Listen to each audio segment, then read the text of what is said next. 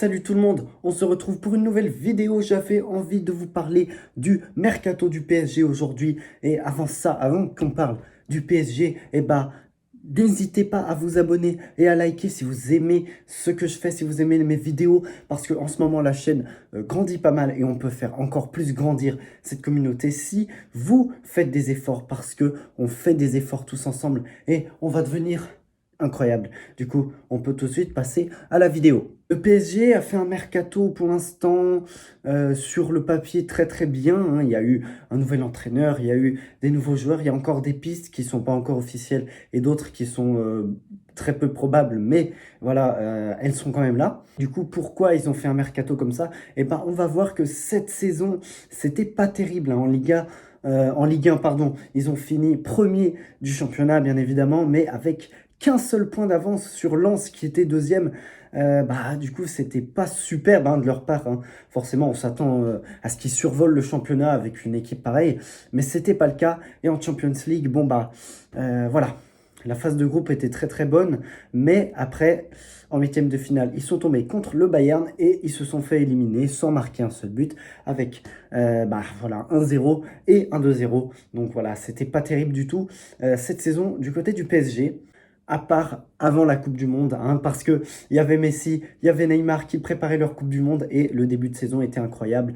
C'est vrai que ils étaient en forme, hein, ils avaient gagné 5-0 contre Clermont, 5-2 contre Montpellier et 7-1 contre Lille. Ça, c'était les trois premiers matchs de la saison en Ligue 1. Je peux vous dire qu'à ce moment-là, tout le monde était impressionné par cette équipe, mais on a bien vu qu'après la Coupe du Monde, il ne s'est plus rien passé et c'était vraiment inquiétant au niveau du jeu. Cette fin de saison a amené le PSG à virer Christophe Galtier, qui aura fait donc qu'une seule année du côté du PSG, et à prendre Luis Enrique. Et c'est de lui dont on va parler maintenant avec le nouvel entraîneur qui est bien sûr Luis Enrique. Déjà, ce qu'il faut noter, c'est le troisième entraîneur en 3 saisons du côté du PSG. Voilà, on avait Pochettino, on a eu Galtier.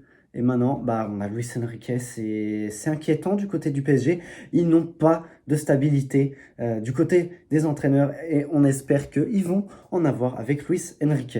Mais il y a des interrogations, hein, bien sûr, du côté de cet entraîneur, parce que oui, comme on le sait, à la Coupe du Monde, c'était lui qui entraînait l'Espagne, et c'est dur de passer de sélectionneur à entraîneur comme ça, surtout que ça fait 6 ans qu'il n'a plus entraîné de club, et du coup, entre-temps, ça a changé. La manière de coacher un club, ça a changé depuis qu'il a quitté le Barça pour rejoindre l'équipe d'Espagne. Il y a beaucoup de choses qui ont changé et du coup maintenant il se lance dans une nouvelle aventure et c'est pas la plus simple parce que c'est le PSG. En plus, ça c'est quand même important, c'est que on le sait, le PSG veut jouer en 3-4-3 et Luis Enrique n'est pas du tout un entraîneur qui aime le 3-4-3, il aime le 4-3-3. Voilà, on l'a vu avec l'Espagne, on l'a vu avec le Barça, on l'a vu avec toutes ces équipes. Luis Enrique, c'est un entraîneur espagnol, le 4-3-3, il adore ça. Mais bon, il n'y a pas que des points négatifs avec Luis Enrique, il ne faut pas abuser, hein. Déjà, il a un fort caractère. Dans certains clubs, ça peut être un peu problématique, mais pas au PSG. C'est ce qui manque parce qu'il y a des entraîneurs qui se sont fait marcher dessus au PSG par ces grosses têtes du club. Et puis là, Luis Enrique, on sait, c'est un entraîneur qui a un fort caractère, qui est charismatique. Il a déjà entraîné Neymar et d'autres joueurs. Il a du crédit auprès des joueurs. Du coup, c'est très très bien de ce côté-là, hein. Il n'y a pas que des choses mauvaises à dire à propos de Luis Enrique. Je pense que c'est un entraîneur en soi qui est excellent, mais il faut voir au PSG ce que ça va donner. J'ai quand même des doutes. Maintenant, on va parler de ce mercato, des arrivées et des départs qui sont tout simplement attendus. Alors, du côté des départs, on sait qu'il y a eu Messi, bien sûr, le gros départ de cet été, qui est parti du côté de la MLS à l'Inter Miami. C'était assez inattendu. Il était pressenti pour aller au Barça. Et oui, c'est encore un joueur qui ne rejoindra pas le Barça. Après Arda Güler, voilà, c'est assez dérangeant. Mais bon, s'il veut aller à Miami, profiter du soleil, tout va bien. Voilà, Messi. Du coup, il quitte le PSG après 2 années en demi-teinte du côté du PSG, il faut pas se mentir. Un autre joueur important, c'était Sergio Ramos qui a fait une très bonne saison cette année, qui part aussi en fin de contrat. Pour l'instant, il a pas trouvé d'autres clubs. Ça parle du FC Séville pour rentrer du côté de son club formateur. Ça parle aussi de la MLS et de l'Arabie Saoudite, comme pour tous les vieux joueurs, j'ai envie de dire. Et sinon, un transfert beaucoup moins important, c'est celui de Dina Ebimbe, j'arrive pas à dire son nom. Eric Junior, Dina Ebimbe, qui quitte le PSG et qui rejoint l'Eintracht Francfort. Il était déjà prêté, mais maintenant, il signe définitivement du côté de ce club. Et du coup, maintenant, on va parler des arrivées du côté du PSG. Il y a eu les départs. Maintenant, c'est les arrivées. Il y en a un qui a été officialisé il n'y a pas longtemps. C'est celle de Milan Skriniar qui arrive en défense. On ne sait pas trop qu'est-ce que ça va donner. Hein, bien sûr, il a été blessé pendant de très nombreux mois du côté de l'Inter ces derniers temps avec des problèmes de dos. Et du coup, on ne sait pas du tout s'il va revenir en forme ou pas et s'il ne va pas se reblesser tout simplement. C'est un gros point d'interrogation. Concrètement, le joueur est excellent, c'est un très très bon défenseur, mais après, les blessures, ça peut beaucoup l'embêter, comme on a eu avec Kimpembe, comme on va voir après avec Lucas Hernandez, qui a aussi beaucoup de problèmes de blessures. Ouais, du coup, Skriniar, c'est un point d'interrogation de ce point de vue-là. Et aussi, un point à noter, c'est qu'il est arrivé libre. Du coup, c'est un très bon coup du PSG. Mais je pense qu'il doit avoir un salaire plutôt élevé, hein, on va pas se mentir. Du coup, celui que je mets dans le même paquet que Skriniar, c'est Lucas Hernandez, qui a exactement les mêmes problèmes que Skriniar. C'est un très très bon défenseur. On l'a vu à la Coupe du Monde 2018 où il a gagné la Coupe du Monde. Il était incroyable. Voilà, c'est un excellent défenseur. Mais voilà, il est tout le temps blessé. Du côté du Bayern, c'était vraiment incroyable. Regardez toutes les blessures qu'il a eues depuis son arrivée. Et du coup, ils l'ont vendu 40 millions au PSG. C'est pas encore officiel, mais bon, ça va se faire, hein, c'est sûr. Voilà. Lucas Hernandez et Skriniar, c'est les mêmes interrogations. Je dirais plus d'interrogations du côté de Hernandez que Skriniar parce qu'il a beaucoup plus de blessures.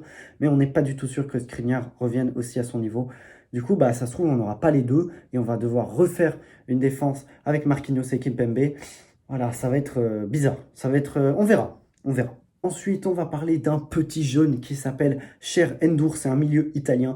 Voilà, lui, j'ai pas grand-chose à dire dessus. Pourquoi? Parce que je l'ai jamais vu jouer, personne ne l'a jamais vu. Ce sera un joueur qui va pas avoir énormément de temps de jeu, mais j'ai vu quelques compilations sur YouTube. Il est pas mal du tout, il sait faire des petits dribbles. Il n'hésite pas à prendre sa chance. Après, il faut voir au PSG, ce sera totalement différent de Benfica B, hein, bien sûr. Mais voilà, il a du talent, on verra ce que ça donne. Ensuite, c'est Lee Kangin que le PSG veut prendre. C'est un joueur sympathique, honnêtement. Il sait bien dribbler. Il a une très bonne qualité de passe.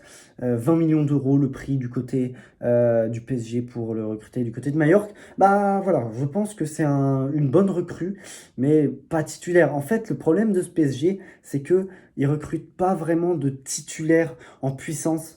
Du coup, on ne sait pas trop parce que les défenseurs, on n'est pas sûr qu'ils soient aptes physiquement, comme j'ai dit. Et les autres, c'est pas du tout sûr.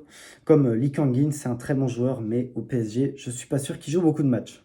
Ensuite, les deux recrues que je trouve vraiment intéressantes, plus intéressantes que les autres, c'est Manuel Ugarte et Marco Asensio. D'abord, Manuel Ugarte, c'est un joueur qui arrive pour un prix énorme, 60 millions d'euros, mais je pense qu'il les vaut, il est jeune.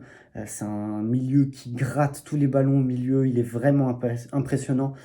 C'est le genre de joueur qui manque au PSG, parce que avec Verratti, avec Vitinha, Verratti, hein, on sait, il est un peu plus sur la fin, vers la fin que vers le début de sa carrière. Voilà, il est sur la pente descendante.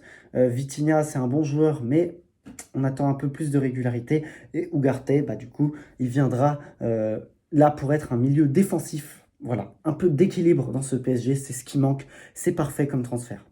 Et du coup, le dernier, c'est Marco Asensio. Comme je l'ai dit, voilà, Marco Asensio, c'est pas mal, ça arrive librement, avec un gros salaire par contre.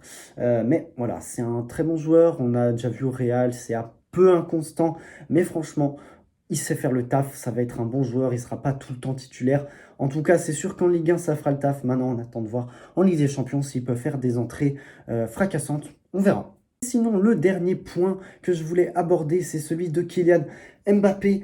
Voilà, et on ne sait pas s'il va partir, s'il va prolonger, c'est vraiment flou. Alors, le Qatar a donné un ultimatum, c'est le mot qui revient, à Kylian Mbappé pour prolonger au PSG. Le Real serait prêt apparemment à poser 200 millions sur lui.